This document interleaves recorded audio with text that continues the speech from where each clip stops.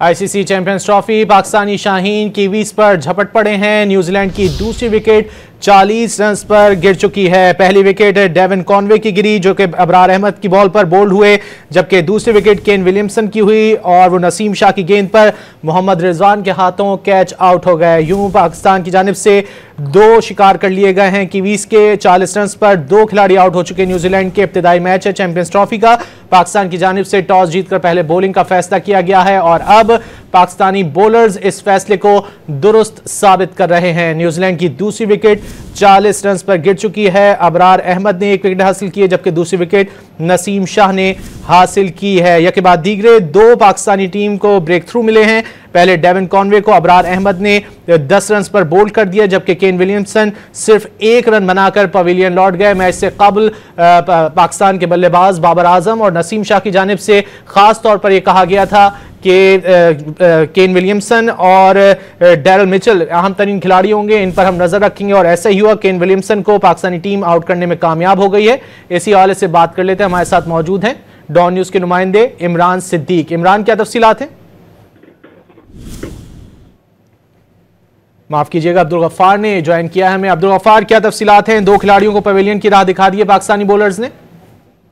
जी बिल्कुल, बहुत बड़ी विकेट पाकिस्तान के लिए नसीम शाह ने हासिल की। उससे पहले अबरार अहमद ने कॉनवे को आउट किया, तो केन विलियमसन जो कि बड़ी जबरदस्त फॉर्म में है, दुनिया के बेहतरीन बैट्समैनों में शुमार होते हैं और इस पर न्यूजीलैंड की बैटिंग लाइन की रीढ़ की हड्डी समझे जाते हैं, उनको नसीम शाह ने जब आउट किया तो पूरे नेशनल स्टेडियम कराची जो है वो अपनी सीट से उठ खड़ा हुआ और नारे लगाना शुरू कर दिए। और नसीम शाह की अब बॉलिंग पर शायकीन क्रिकेट मजीद जो है वो पुरजोश दिखाई दे रहे हैं। लेकिन पाकिस्तान लग ऐसा रहा था जैसे बड़ी अच्छी विकेट पर एक अच्छा स्टार्ट मिला न्यूजीलैंड को, लेकिन पहले डेविन कॉनवे आउट हुए, उसके बाद केन विलियमसन को नसीम शाह ने आउट किया। तो 40 रन पर 2 विकेटें न्यूजीलैंड गंवा चुका है 8.3 ओवर में और पाकिस्तान मजीद जो है वो अब दबाव बढ़ा रहा है।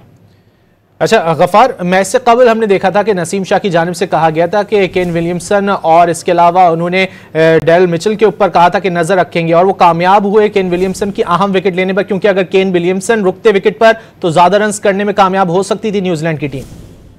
बिल्कुल, केन विलियमसन की जो फॉर्म है, आप देखिए कि इस ट्राई सीरीज में बड़ी शानदार सेंचुरी बनाई है, उसके बाद पाकिस्तान के खिलाफ भी अच्छी बैटिंग की थी और इस विकेट पर भी चूंकि बड़ा हाई स्कोरिंग जो है वो पिच समझा जा रहा है और वो बहुत इंपॉर्टेंट विकेट समझे जा रहे थे, जो कि एक एंड को ना सिर्फ संभालते हैं बल्कि लंबा खेलते हैं और बड़े न्यूजीलैंड के जो है वो और बड़े वेटरन जो है वो मिडिल ऑर्डर प्लेयर हैं। लेकिन जबरदस्त किस्म की नसीम शाह की बॉलिंग और बहुत बड़ी विकेट थी। पाकिस्तान ने जिस तरह से सेलिब्रेट किया, बल्कि पूरे नेशनल स्टेडियम कराची से सेलिब्रेट किया, उससे ज्यादा होता है बिकॉज दुनिया के बेहतरीन बैट्समैनों में शुमार होते हैं और फिर अच्छी फॉर्म में है और इस विकेट ने यकीन तौर पर पाकिस्तान को बड़ा लिफ्ट किया। और मैं देख रहा हूँ कि पाकिस्तान की जो बॉडी लैंग्वेज है फील्ड के अंदर बड़ी जबरदस्त है, पॉजिटिव है और पाकिस्तान अटैकिंग मोड में दिखाई दे रहा है। जी अब्दुल गफ्फार, कितना एक्सपेक्ट कर रहे हैं आप इस विकेट पर स्कोर होना चाहिए और पाकिस्तान वो चेस कर सके? पाकिस्तान ने टॉस जीतकर फील्डिंग का फैसला किया है, क्या ड्यू फैक्टर जो है वो भी पाकिस्तान के जहन में होगा?